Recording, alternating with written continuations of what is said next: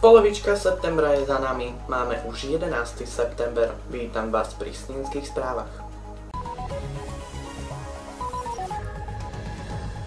Policajti hraničnej a cudzineckej kontroly zo Sobraniec zadržali v stredu do obeda Ukrajinca na železničnej stanici v Stakčíne bez cestovných dokladov.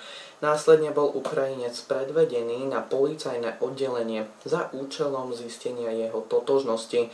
Hranicu Slovenska a Ukrajiny prekročil nelegálne a tak bol z územia Slovenskej republiky administratívne vyhostený.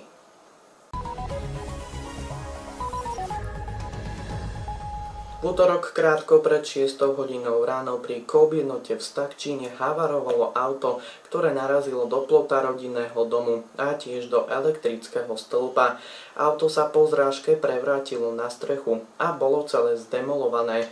Havaroval vodič zo Sniny, ktorý bol vraj pod vplyvom alkoholu. Nikomu sa pri zrážke nič vážne nestalo. Ako prvá túto informáciu priniesla facebooková stránka Snina Info.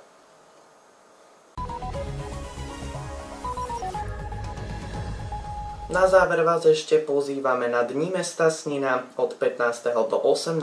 septembra, čo je od štvrtka do nedele, v piatok a v sobotu vás pozývame na Snínsky jarmok. No a tiež vás pozývame na slávnostné otvorenie zrekonštruovanej športovej haly vo štvrtok 15. septembra o 13. hodine.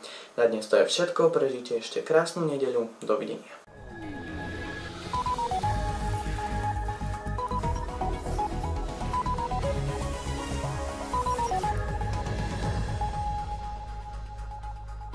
Zaujímavosti zo sveta vám prinášame každý druhý týždeň v stredu večer v relácii Explo.